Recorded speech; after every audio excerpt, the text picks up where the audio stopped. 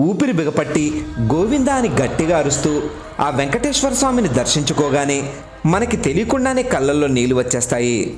మనసులో ఉన్న భారమంతా దిగిపోయి ప్రశాంతంగా అనిపిస్తుంది. కానీ మీరు గమనించారా, స్వామి కళ్ళు ఎప్పుడూ కర్పూరంతో మూసే ఉంటాయి.